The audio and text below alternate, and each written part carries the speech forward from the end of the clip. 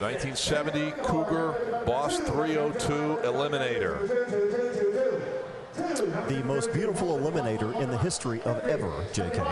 The Eliminator package came out in 1969, and they dressed up the car so well. And, you know, they were looking to make Mercury and the Cougar kind of an upscale Mustang, but with this they really went over the top performance-wise.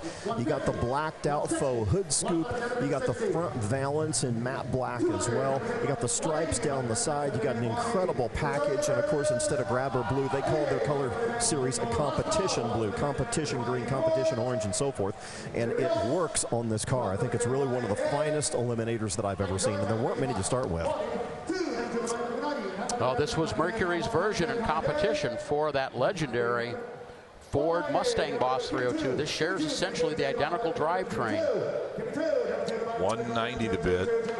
It's going to sell. So far, we've had two cars not sell. One because the money wasn't there. Two because Pam said, I don't think so. I don't think we want to keep this car. The money's right for this right now. This car is worth it, and that is high dollars for a Cougar Eliminator. Especially with the 302, you know, you got a small block power here, so I think it's drawing excellent money. 200.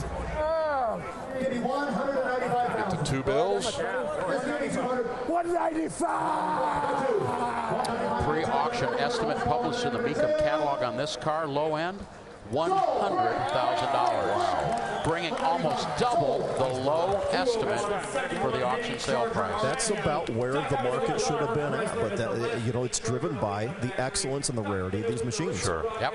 $195,000, and you can book that one.